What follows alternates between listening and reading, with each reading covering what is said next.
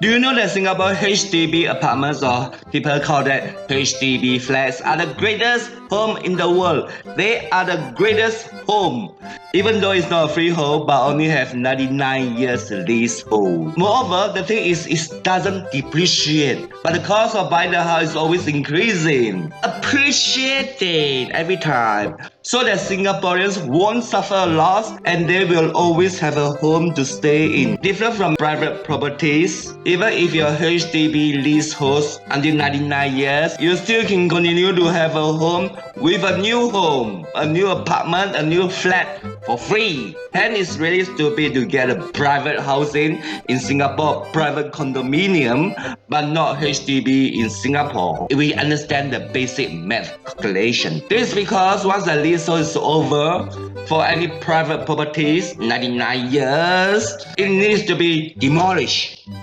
Even if you have a freehold, so what? It won't live that long anyway. Your freehold house will become very old, with all kinds of old walls, old ceiling, old foundations after 50 years or so, if you don't have money for any renovation or upgrading. However, if you live in an HDB flat, the Singapore government will give you an upgrading that you can move to a brand new flat, similar size replacement unit for free at most 100k for some residents if your flat becomes very old, around 50 years. Who want to stay in an old house? By the way, it smells, it stinks, broken down, and it's very old and maybe infested with a lot of pests, termites hiding inside the wall. And toilets are already clogged with a lot of shit, dirt from many different kinds of people. Logically, it is considered a luxury,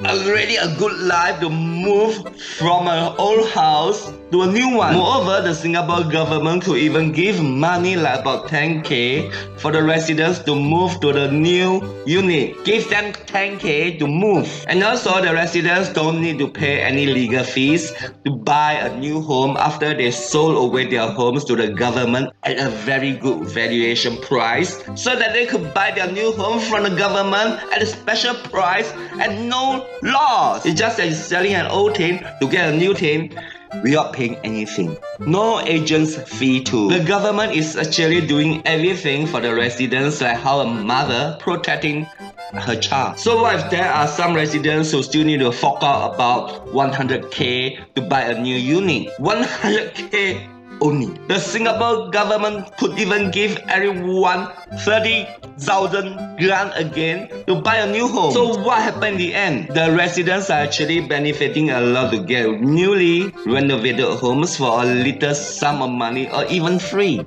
There's nothing to complain about, but the opposition is so like a stinky flies trying to add more fuel to some small unnecessary fire. Apparently, there are still many good-for-nothing Singaporeans still always screaming and shouting about the government and creating lies to lead their supporters to cause hatred against the Singapore government. They have no sense of appreciation of where they are living. Moreover, if the residents need to come out with some money but doesn't want to fork out a single cent to move, they can even have another option to move to some new flats with 50 years leasehold free of charge. And they can also do it and do it again. Hence, if we see that the opposition is going to take over as a government from PAP, no one can guarantee that all Singaporeans could have a home to live in happily ever after. This is why PAP must be in the government, not because I support them. It's because they really give us a lot of benefits. Many residents are not stupid to see changes in the government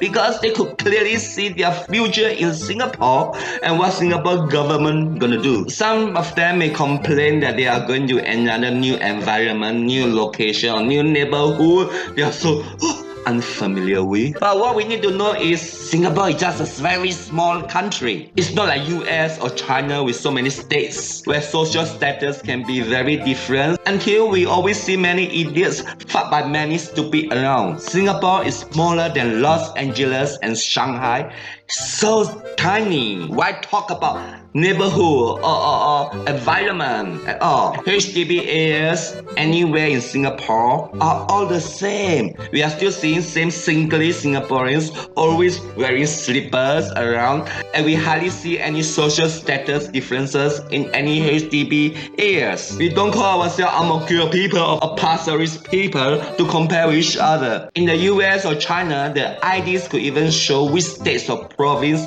the citizens were born. Born in Nebraska, born in Xinjiang. But in Singapore, everyone ID only shows that they are born in Singapore, unless they are newly converted. So it's really stupid that if we are thinking that moving from Ang Mo Kio to Pasir Ris, for example, is a change to the new environment or trying to adapt to a new neighborhood. It's so easy to take a public regular bus to travel the whole of Singapore for around just 2 hours. Singapore is a very small country, very small state, very small city, and also should be considered as a very small neighborhood. Comparing Singapore with other countries, do those countries have that kind of benefits for residents, like the housing replacement? No.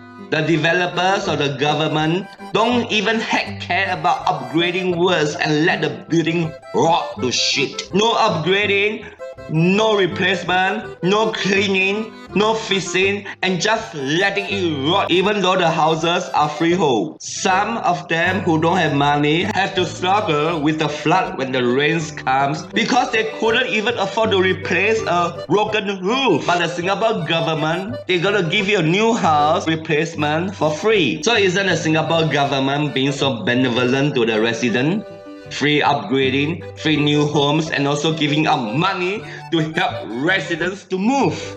If we were to sell our citizenship away, even for $10 million, a lot of foreigners from all over the world would run and grab them. If you have any comments or even disagreements, leave them down. Subscribe, like, and share. Ciao.